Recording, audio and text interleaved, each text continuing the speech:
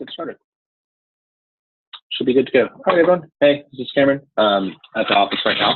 But we're going to go through a tutorial of how to get your Mac set up for development, how to get Python, and everything you need so that you can start scraping.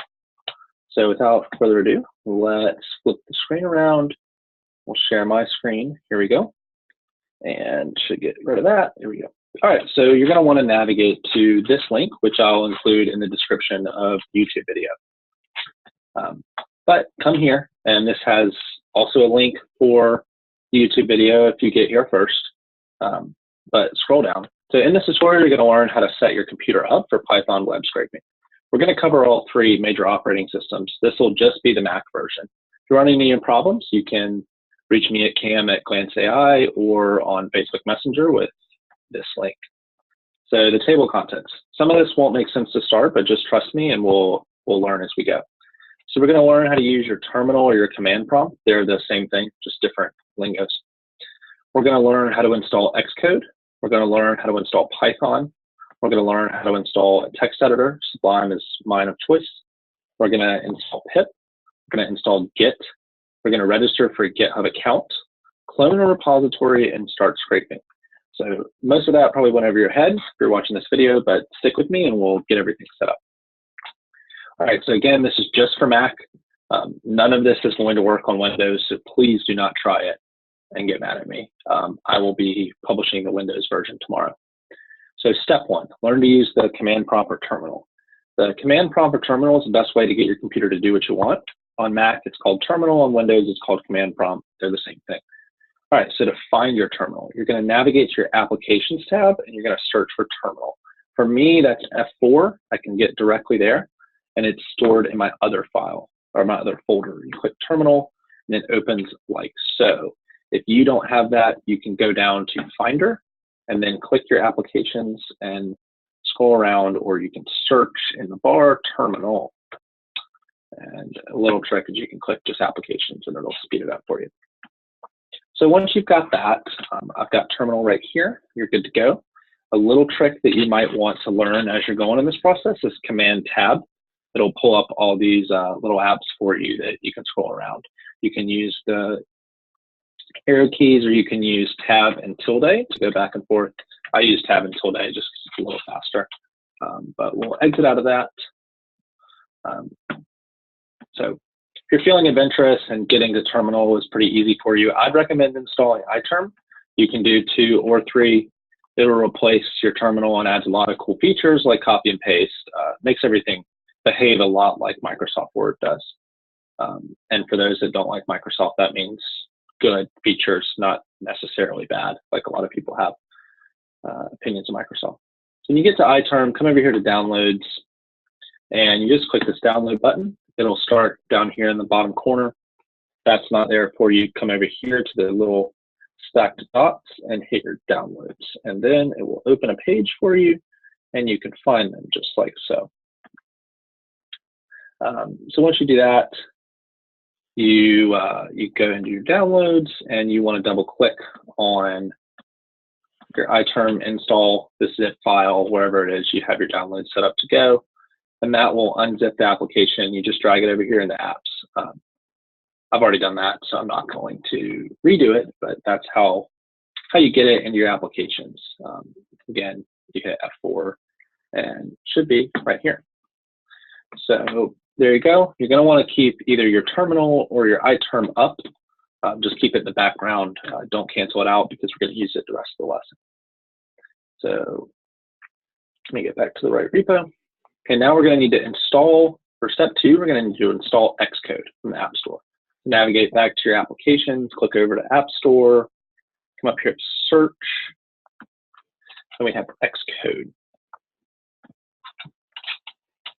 And you just come in here to Git, and you download it. And I already have it, so I'm not going to actually do that. But it'll prompt me to log in, and I haven't done that. But it's possible that your computer will tell you need to upgrade your operating system before you can do that. So just put in your Apple ID and plug it in and go to the bar or something, because it's going to take a while. But once you do that, you've done the bulk of the hard work. Next, we're going to install Python. possible Python's already on your machine. Machine is another word for computer. To check this, we're going to use the terminal.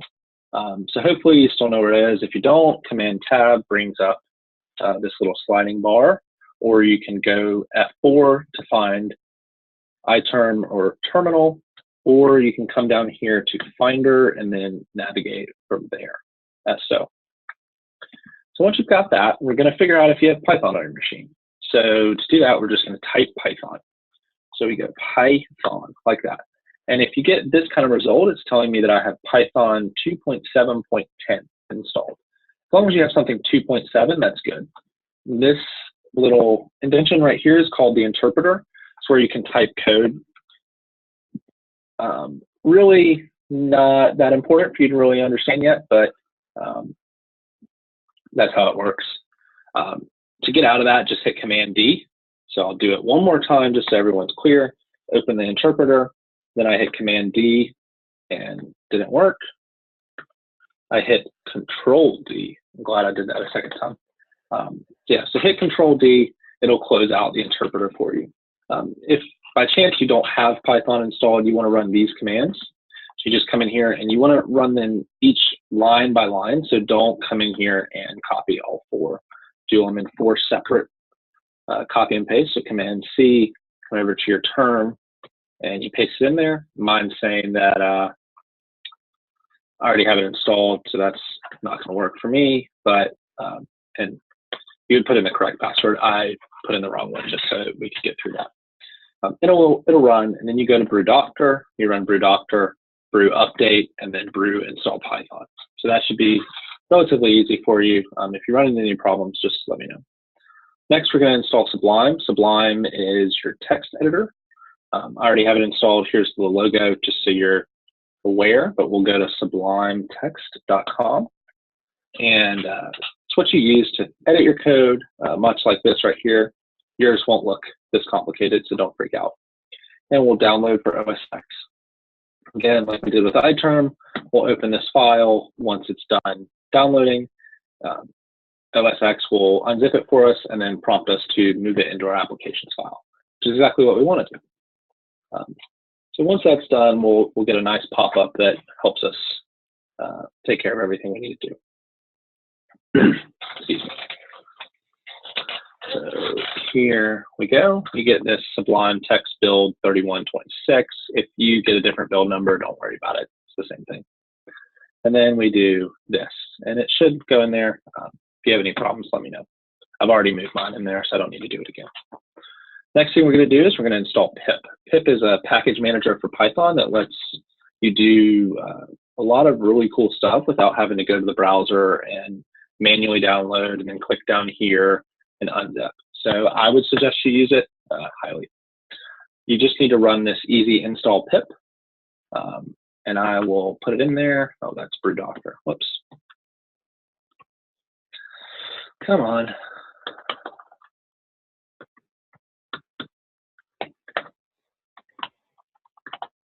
So yeah, you put easy install pip. That will bring pip onto your machine. If you happen to get a whole bunch of red errors, just put sudo in front of it, and that will make it work. It will prompt you to enter your password that you use to log in on your computer. So moving on, the next thing we're going to do is we're going to install Git. Git lets you copy code from GitHub, which we're going to talk in just a minute about what that means. But it's possible you already have Git on your computer, so just grab this git -- version and paste it in there. -- version is a pretty standardized way to check and see if you have something on your machine. I think it works for Python. Yeah, so that's also another way to check and see if you have Python on your computer. If you get nothing or you get an error when you do that, you just need to run this brew install git command. Okay, so next thing we're going to do is we're going to register for a GitHub account. And registering for a GitHub account is really useful for the purpose of this video series alone. It'll make your life 100 times easier. So we're going to navigate to github.com. And I'm going to open this in an incognito so we can see exactly what it looks like when you're not logged in. Whoops, can't spell. Yeah, so you'll come in here like the notes say, and you'll pick a username. and mine is going to show up as already taken because I've already created an account, but searching back over to the repo, here's a attachment of what we just covered. Using GitHub enables you to store your code much like Google Drive or Dropbox. It lets you copy the code and run it in the same way I just did. So you could choose the free account, you could choose the paid account. You don't need the paid account. Developers that write a lot of code that's private for their company have a paid account. I have a paid account, but for our purposes, just get a free one and move on. So answer the basic questions that they prompt you to answer, however you want. It's not going to make a difference. And decline the paid account, and you navigate to your profile page next. Top right corner has an icon with a click the drop-down menu that will get you where you want to go. And I'll just share that real quick. Let me move this little attachment out of the way. So yeah, we click right here, and you just see your profile. Let me go back over. So now we're going to clone a repository. I'm sorry. So we need to go back to our terminal. We're going to type cd, and that's just going to return us to the root directory of our computer. Now, what would that do if we weren't already in the root directory? We'll hit cd, and see how I was originally in desktop here, and now I'm back at root, just with this $sign and nothing else in front. So I'm going to real quick do one thing, and then we're going to talk about what I did. Oops. Come on. What I need to do is I need to remove, oops, I'm sorry. That's my problem. Remove RF. Okay. So we're back at root. I just removed a directory because I actually tried to record this tutorial and forgot to record. So I've actually already done this, but now that I got that removed, let's keep going. So we're going to type cd to return to our root directory. Then we're going to do cd desktop. CD stands for change directory, not a CD like you would put in your car. But what it does is it lets us move through our computer. The next we're going to do is we're going to type make directory or mkdir projects. Mine already exists. I'll remove RF projects. That should work. Yeah. Okay. So we'll clear that out, and then we'll list. OS is list. But now I'm in desktop, so I should be able to go back to projects. Projects is not there anymore. Good. So now we'll make a directory called projects. mkdir, make directory, projects. Change directory to projects, cd, projects. Next, we're going to clone a repo. Now that we've installed Git, we can do that. So you just copy and paste this link and come over here to this clone or download. You click this little copy button, and we'll type git clone. Just do that. Oops. So here's explanation included in the README.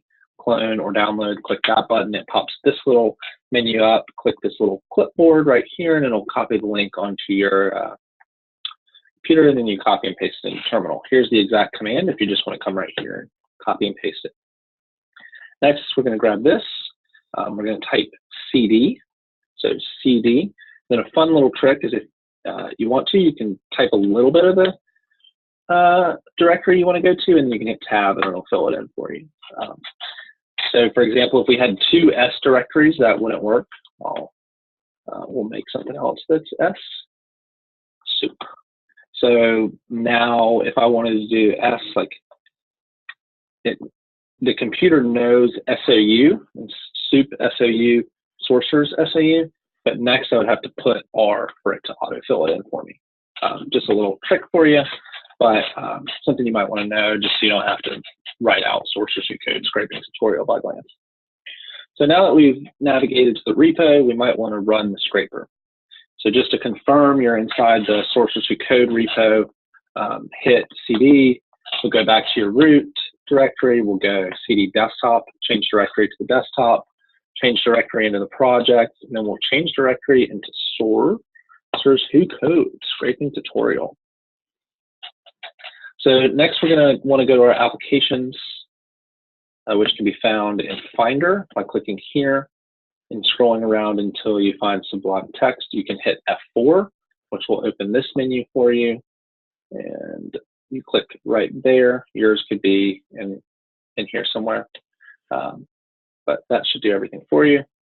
Then you're going to open your Sublime. So I have mine open right now. It opens much like Word does in the background. You hit open, and you're going to want to navigate. You're going to want to go Desktop, Projects, Source or Code. Don't click over here. Click right here. Leave it right here. So then you can hit open, and the entire project will open for you. And this has a variety of different files in it. But I suggest, as always, start with the README. Learn a little bit about what's in the project before you try to tackle it. So read the README. As you might recognize, this is the same tutorial that I taught last week. You can navigate to this repo tutorial on YouTube just by grabbing this link. But I suggest you always read the repo, the README on the repo to figure out exactly what is going on. So if you've cloned this like you just have, you can pip install requirements.txt. Just grab this like so, and it's actually going to give me an error, which is good. Oh, no, it's not. So like I mentioned earlier, if you paste in pip requirements or pip install, and you get a whole bunch of red errors right here, just add sudo in front of it. And then let me know, and I'll help you fix that so you don't have to do it. But just a tip for you. And after you've done that, your code will all be set up, so you won't have to worry about anything else. And then we'll go over to Basic Scraper first before we run it. Whoops. Again, to figure out where your code is, you go to Desktop, Projects, click on Source or Code, stay at this level, don't click over here, open, and then we'll look at Basic Scraper. So in here, I've attached all the notes that you need to understand what's going on. And you can read through that, or you can watch the YouTube video in the README right here to figure out exactly what's going on. But once you've done that, the last thing in here is you want to run Python Basic Scraper Py. So we'll just paste that in and hit enter. And now we've learned how to install everything you need to install for your Mac computer to get up and running with Python as your programming language, and Sublime Text as your text editor, and ITerm as your terminal. And we've even gone as far as cloning a repo with a functioning basic scraper included, and we've returned the results here. Now we can clear this out, and we can go back to the repo, and we can run something else like bulk scraper. So you just type bulk scraper, and that should return us, oh, whoops, got a little bit of an error. Whoops. That one doesn't work. I'll fix that before it's released. So let's run list of leads. Let's do Python list of leads. Yeah. So here we've kind of simplified what is returned just with some names. And as you get going, you'll learn how to add more and more to this code. But this is a really good starting point, and something that I think if you can get through this tutorial and understand a little bit about what's going on in this README, you're doing really well. So that was it for this tutorial. Really excited to keep this going over the next few weeks, and thankful that everyone is listening in. So without further ado, I think that wraps it up in about 20 minutes. Everyone learned how to do everything they need to do to get set up.